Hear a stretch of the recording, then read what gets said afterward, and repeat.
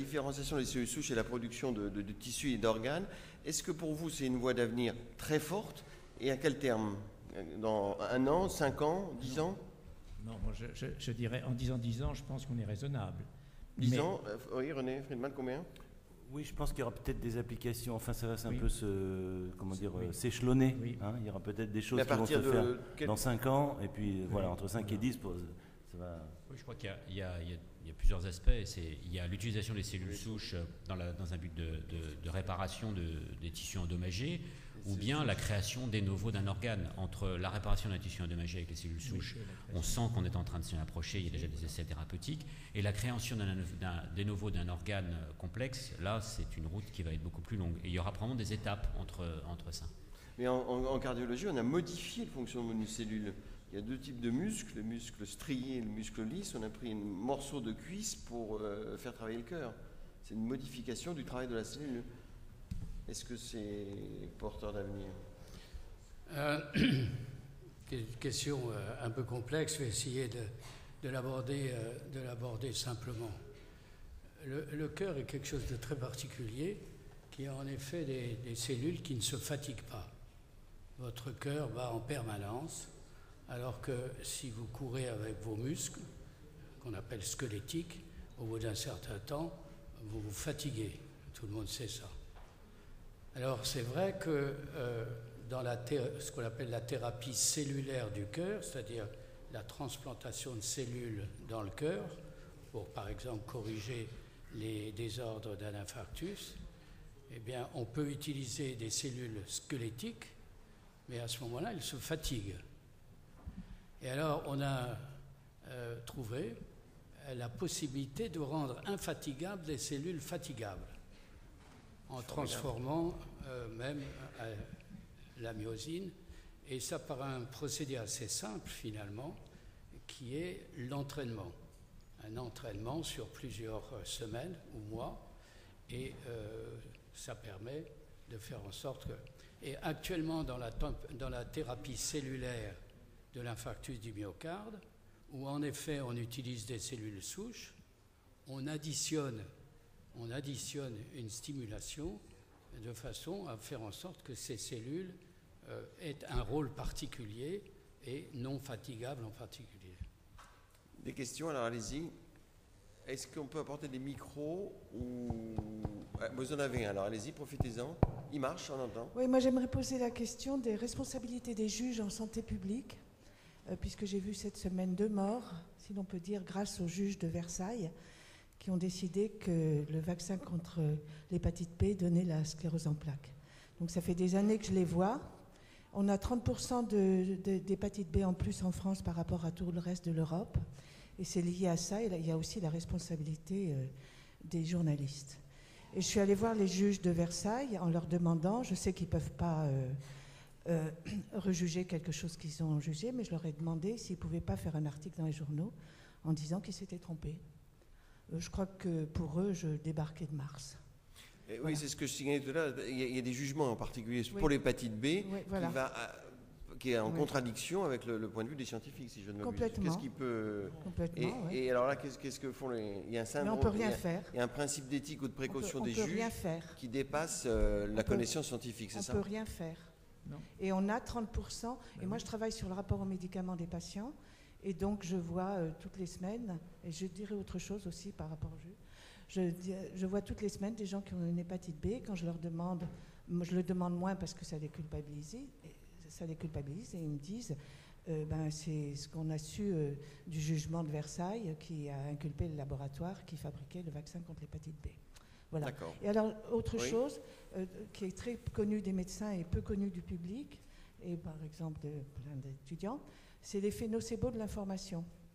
L'effet nocebo de l'information, nous on a fait faire une étude au Canada parce que le CCPRB n'était pas content ici. On a fait donc sur placebo, on a indiqué nausées, vomissements, diarrhée, douleur abdominale, céphalée, vertige, choc. Et on a dit que ça donnait ces effets secondaires sur placebo. Et dans l'autre groupe, 500, on a dit que ça ne donnait pas d'effets secondaires. On a eu 43% d'effets secondaires sur la nomination des effets secondaires, dont 3 chocs. Donc c'est tout le problème de l'éducation thérapeutique. Et l'éthique là-dedans? Eh bien, l'éthique, c'est de savoir que nous sommes des êtres humains plus complexes que la seule rationalité et qu'on peut faire des effets nocebo biologiques. Nocebo, ça veut dire qu'ils font du mal. Ouais. Qui font du mal. Nocebo biologiques, le fait de notre humanité. Bravo. Allez-y, alors là, essayez d'être court. Est-ce que quelqu'un veut répondre à ça? Non? Allez-y. Oui, alors moi, justement, dans le sens de ce que vient de dire Madame, je voulais juste avoir votre point de vue à tous sur ce qui, pour vous, faisait le progrès scientifique, à savoir, est-ce que c'est, ou au contraire le freiner, est-ce que c'est l'éthique ou bien est-ce que c'est les nouvelles technologies, toutes les techniques qui sont mises à la disposition de nos scientifiques pour faire avancer les choses? Je ne suis pas sûr qu'on ait bien compris votre question, mais on va essayer. C'est pas moi qui vais répondre. Je vais essayer de la reformuler alors. Non, est-ce que c'est l'éthique? Bah oui, c'est le progrès technologique qui fait le progrès. Non? Justement, pas forcément, puisque on a vu dans certains cas que trop d'informations pouvait bloquer les choses, alors qu'on aurait toute la technologie. D'accord. Est-ce que le progrès technique peut être néfaste? Oui. Enfin, répondez ce que vous voulez. Oui. Je pense que c'est effectivement complexe de penser que, je dirais, parce que tout est possible, il y a une différence entre un progrès de connaissance. Beaucoup de choses sont possibles aujourd'hui, ne l'étaient pas hier, et ça sera encore comme ça. Et ensuite, de cette possibilité, est-ce qu'on l'applique parce que ça existe ou pas? Et c'est là, peut-être, qu'intervient justement la réflexion du pourquoi.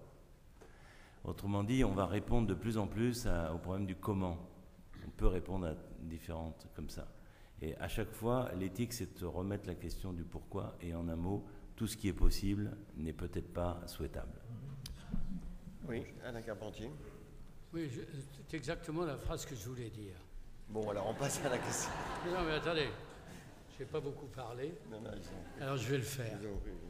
Non, parce que je voudrais ajouter une dimension qui n'a pas été soulevée ici. C'est la dimension de l'éthique socio-économique. Vous avez un besoin, par exemple, de fabriquer un cœur artificiel.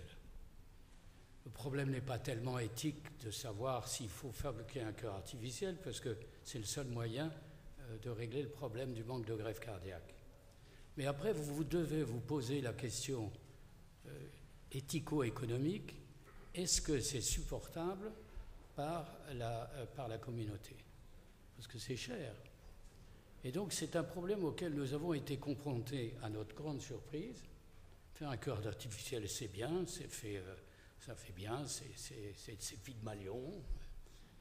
Mais est-ce que véritablement la société peut supporter ça? Alors je vais vous dire tout simplement comment on a résolu le problème pour nous. J'ai dit que le cœur artificiel n'existerait en France, et d'ailleurs dans le monde, que s'il était moins cher que la transplantation cardiaque. La transplantation cardiaque ne pose pas de problème éthico-économique, si je peux utiliser un néologisme. Et si on arrive à faire un cœur artificiel qui est moins cher que la transplantation cardiaque, avec l'avantage d'être beaucoup plus disponible, à ce moment-là, ça devient éthiquement justifié. Donc cette dimension économique qui met en jeu la société, la responsabilité du chercheur, mais par rapport à la société, est capitale. D'accord. Oui, mais c'est monsieur... Il y a quelqu'un à un micro là-haut, non? Allez-y alors, et puis après monsieur. Le premier micro qui marche, ça marche. Un peu dans le prolongement de ce que vous dites, monsieur Carpentier, je voulais en fait élargir un peu le débat pour savoir si on ne pouvait pas aussi parler d'éthique dans un sens plus large. Est-ce qu'on ne peut pas se poser la question si c'est éthique de dépenser autant dans des recherches, dans des cosmétiques ou dans des produits qui ont un intérêt pharmaceutique faible par rapport à tout le besoin qui est? Et est-ce que justement il y a aussi une éthique de l'allocation des ressources, des savoirs, des chercheurs, même si c'est dans le domaine privé et qu'il n'y a pas un... Est-ce qu'il y a aussi une éthique, on va dire, plus générale? Il y a la liberté de chercher là où on veut, et puis dans le domaine de la santé, il y a des choix aussi. Il y a deux aspects à votre question. Est-ce qu'il faut forcément que toutes les ressources économiques d'un pays soient allouées à la santé? Je ne crois pas, parce qu'au bout d'un certain temps, on se retrouve à ne plus avoir de ressources économiques à allouer, puisqu'on les a toutes attribuées à la santé. Donc ça ne tourne pas. Donc il faut pouvoir laisser une recherche. Et si les femmes vont acheter des crèmes qu'elles se mettent sur le visage et que ça rapporte des millions d'euros à L'Oréal, et les hommes aussi, mais c'est plus les femmes.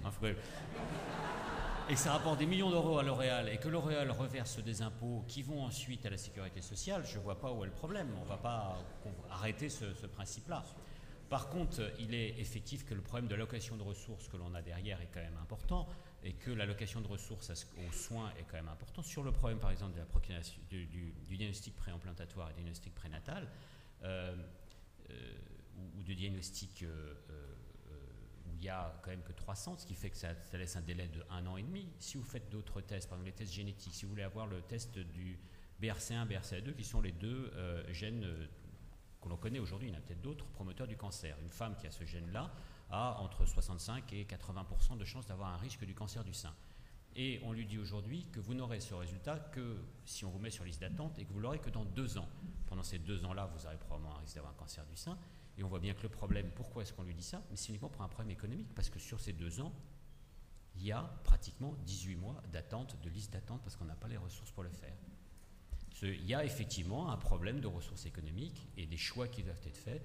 Et les choix ne sont pas faits aujourd'hui. On reste sur la médecine telle qu'elle était faite avant. Et les choix de faire des choix de dire ça on le prend en charge, ça on ne le prend pas en charge, ne sont toujours pas faits. Les ressources économiques, elles ne sont pas illimitées.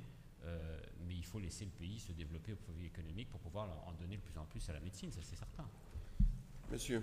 J'aurais voulu revenir à l'ophtalmologie en demandant à M. Pouliken, qui fut mon maître il y a 25 ans, son avis sur l'évolution de la chirurgie réfractive actuellement, et si on parle d'éthique en particulier sur les difficultés que nous pouvons avoir parfois à définir la frontière entre un désir de performance chirurgicale pour corriger des anomalies importantes de la vision, et puis la prise de risque, si minime soit-elle, celle d'engendrer une véritable pathologie qui n'existait pas préalablement. Oui, non, c'est une question importante. C'est vrai que c'est une discipline nouvelle qui tente à remplacer les lunettes par une chirurgie de plus en plus précise. Je m'y intéresse beaucoup en ce moment. Et il est un fait scientifique, c'est qu'avec la combinaison de plusieurs lasers, de l'informatique, nous avons une précision dans la correction des amétropies, c'est-à-dire des troubles myopiques, hypermétropiques, que nous analysons aussi d'une façon beaucoup plus précise qu'autrefois. Nous avons des résultats quasiment excellents. Et je me pose la question, est-ce qu'il y aura lunettes ou laser dans 20 ans ou 30 ans? Et la réponse est probablement qu'il y aura beaucoup de lasers et moins de lunettes, ou en tout cas des lunettes qui ne seront plus aussi répandues. Alors, le problème éthique, est-ce que l'on doit faire? Écoutez, là, vraiment, moi, on a parlé de l'éthique collective. Je voudrais quand même qu'on insiste et qu'on parle de l'éthique personnelle. Je vois, comme nous voyons tous, médecins, des gens qui se posent la question.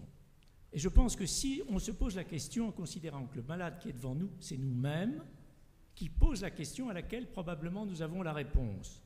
De cette réponse, qu'accepterions-nous qu'il soit bien pour nous ou dangereux pour nous ou finalement un petit peu indifférent. Je pense que quand le médecin répond à ces 3 questions, on répond à la question de je dirais, la bonne indication de la chirurgie réfractive.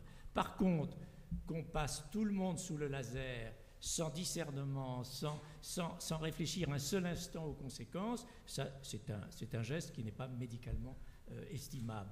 Mais je pense que la chirurgie réfractive s'impose maintenant comme une nouvelle discipline. Ivoire, on a noté que tu portais des lunettes. Oui. Et donc, moi aussi. C'est vrai, la plupart des ophtalmologistes portent encore des lunettes. Oui, donc il vaut mieux porter des lunettes que de se faire opérer, si j'ai bien compris. Non. Dans 30 ans, vous nous avez dit, donc on a le temps. Non, je crois qu'actuellement déjà, non, je voudrais quand même rectifier ça. Déjà, actuellement, pour certaines indications de myopie, d'hypermétropie, les résultats sont excellents. Voilà. Dans certains cas. Bon, on ne saura pas lesquels. Non, mais dans les cas les majoritaires. D'accord.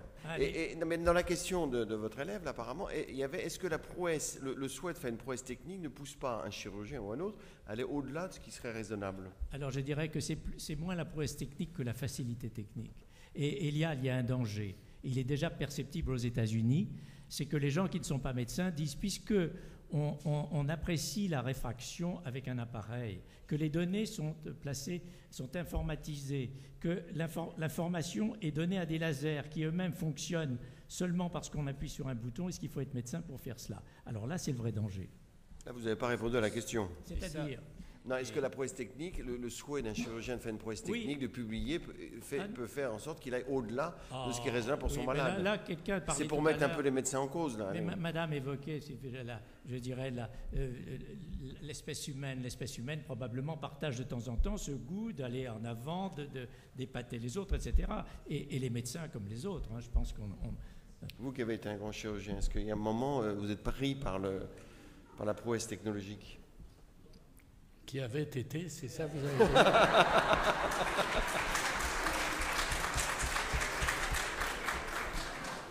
Le futur ne nous appartient pas. Je ne ferai pas de révélations autour de cette table. Quoi qu'il en soit, la fascination technologique est plus un danger. Si vous êtes fasciné par, en effet, le progrès technologique, ça peut être un danger. Et moi, je suis de ceux, j'espère que vous ne gardez pas dans cette salle le souvenir que nous sommes autour de cette table contre l'éthique. Nous sommes pour une éthique raisonnable et une éthique réfléchie et qui ne casse pas le progrès scientifique et la recherche. Mais je voudrais aussi que dans cette salle, on ne garde pas l'impression que nous sommes pour les hautes technologies, pour les tours de force, pour des choses qui sont à la limite du faisable, trop coûteux également. Car la médecine, c'est bien sûr l'art de guérir, mais c'est aussi l'art de prévenir. Alors ce que je voudrais vous dire, c'est que, à mes yeux, dans mon domaine, la cardiologie, le plus grand progrès, ce n'est pas le cœur artificiel, les valves artificielles, etc., c'est le fait qu'on a été capable d'identifier des facteurs de risque. Alors, qu'est-ce que c'est les facteurs de risque? C'est l'énumération des conditions qui développent des maladies cardiaques. Alors, vous les connaissez, mais pas suffisamment, donc je vais les rappeler. Je vais profiter pour faire ma pub. Éducation. C'est l'éducation, c'est ne grossissez pas, ne fumez pas, surtout, je m'adresse aux jeunes filles qu'on voit tous les matins fumer en partant au travail, surveiller sa tension, faire de l'exercice. Et pour la première fois... Et manger 5 fruits par jour. Pour la première fois dans l'histoire de l'humanité, le malade lui-même ou le malade potentiel peut prendre en main son destin en suivant simplement la prévention de ces facteurs de risque et ainsi éviter d'avoir un cœur artificiel. Question. Il ne suffit pas d'applaudir, il faut le faire. Hein. Alors, vous avez le micro, allez-y très rapidement. J'aurais juste une question, justement, puisqu'on parlait des technologies. L'innovation technologique, quel problème éthique a-t-elle pu poser matériellement, en fait? Bon. Je réponds brièvement pour pas... Une autre question. Allez-y, Alain Gabon. Non, mais l'éthique existe également en matière de recherche. Vous ne pouvez pas faire on en a parlé, vous ne pouvez pas faire n'importe quelle recherche où il y a des conditions éthiques. Mais là aussi, il y a des déviations. Au nom de l'éthique, par exemple, dans nos laboratoires, nous sommes obligés de plus en plus, l'éthique de protection des animaux en particulier, nous sommes de plus en plus obligés d'avoir des conditions drastiques. J'ai créé un laboratoire récemment. Alors, il y a eu des contrôles et des contrôleurs sont venus en disant quelle est la température maximum, minimum, ah non, quel est le degré d'hygrométrie, quelle est l'intensité des lampes, parce qu'il ne faut pas que les rats soient gênés par l'intensité des lampes. Quand vous accumulez tout ça et puis les piles de papier, vous arrivez à un coût qui est supérieur aux précautions qu'on prend chez l'homme. Alors vous voyez que c'est quand même, en matière d'éthique, on commence à être loin de ce qui est raisonnable. Oui, allez-y, madame. Oui, je voulais poser 2 questions, une au professeur Friedman et une au professeur Lantieri. Professeur Friedman, je voulais savoir comment vous vous positionnez par rapport au désir de plus en plus tardif des femmes d'être mères.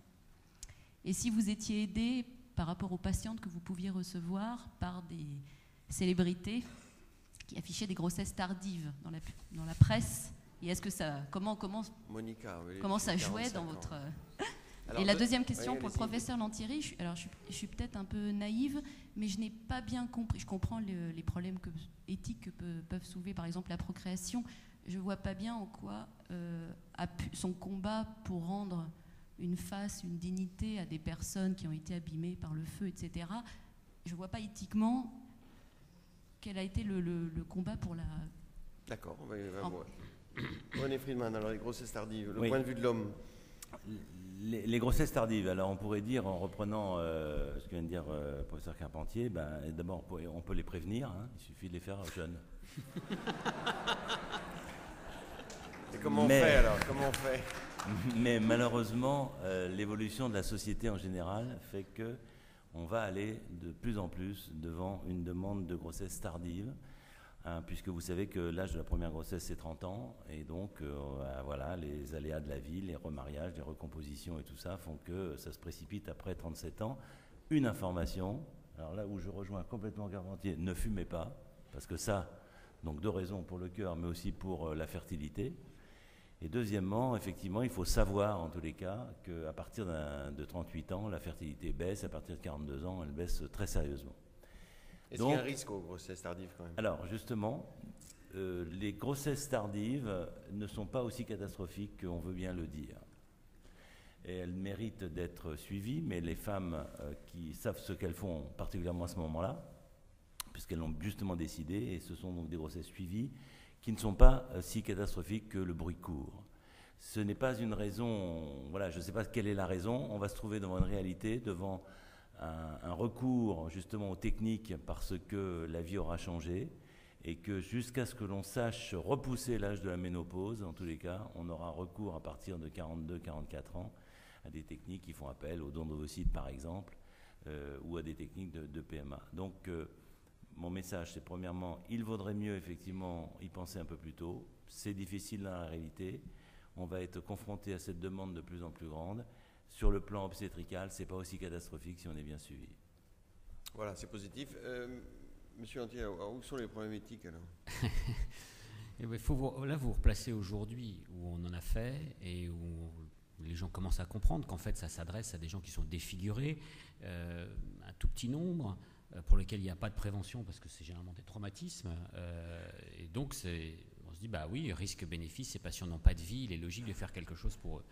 Si vous reportez il y a quelques années, quand j'ai commencé à parler de ça, on a dit, mais qu'est-ce que c'est que cet Uluberlu qui veut jouer à Volte-Face, hein, pour ceux qui ont vu le film avec Nicolas Cage qui prend la tête de John Travolta.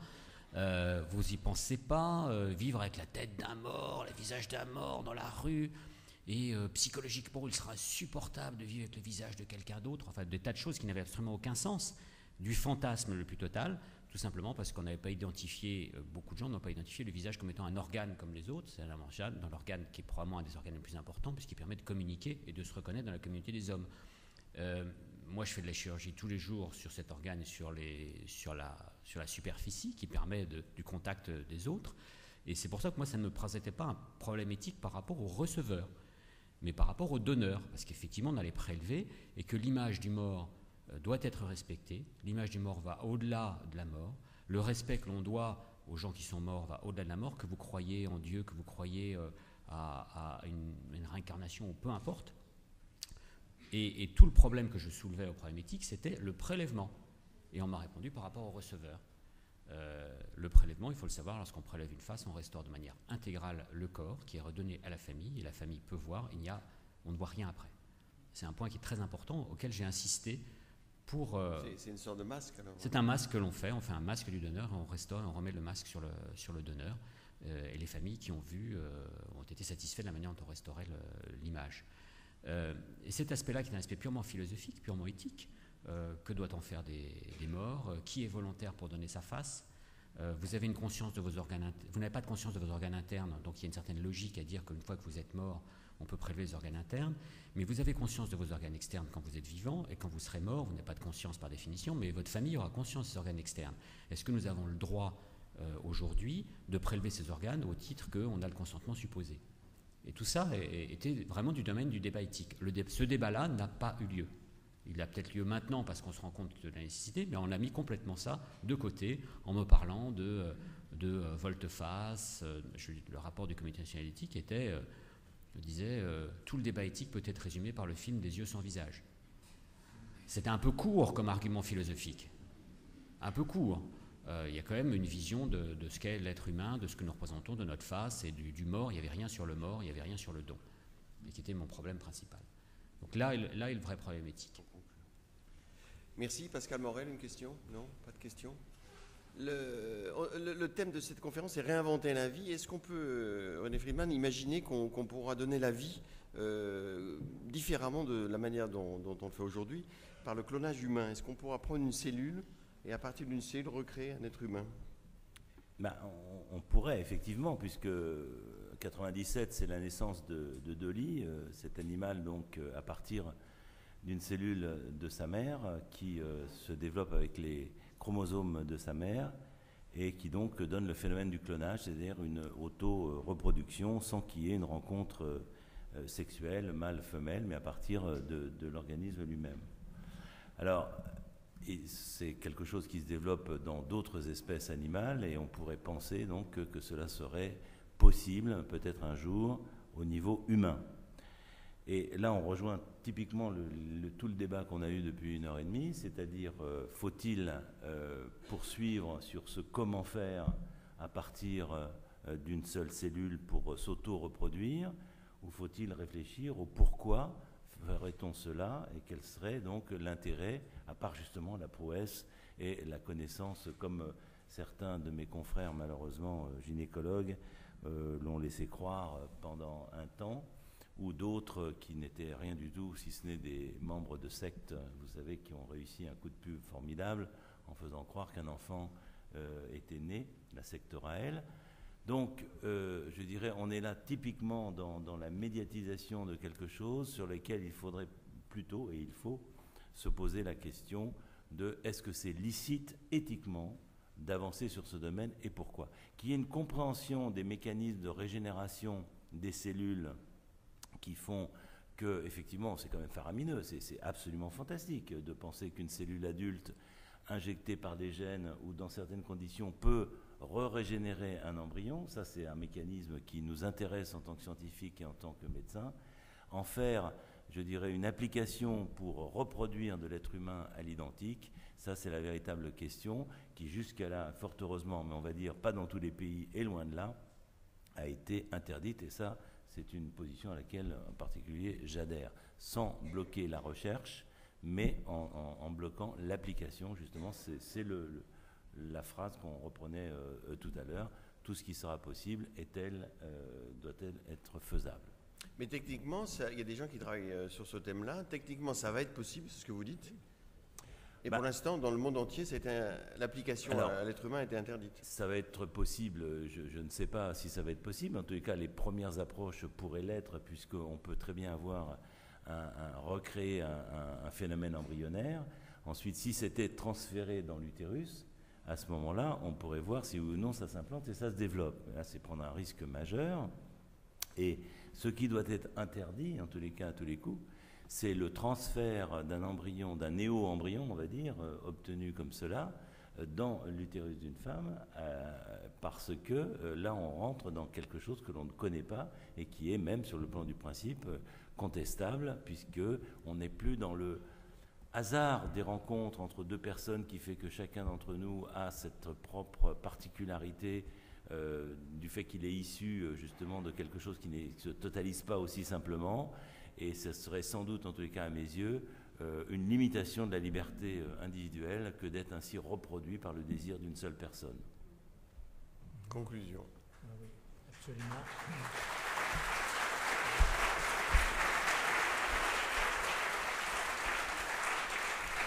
Merci. Merci messieurs. Il n'y a pas de dame à la tribune, c'est bien dommage. Mais merci et voilà, c'est fini.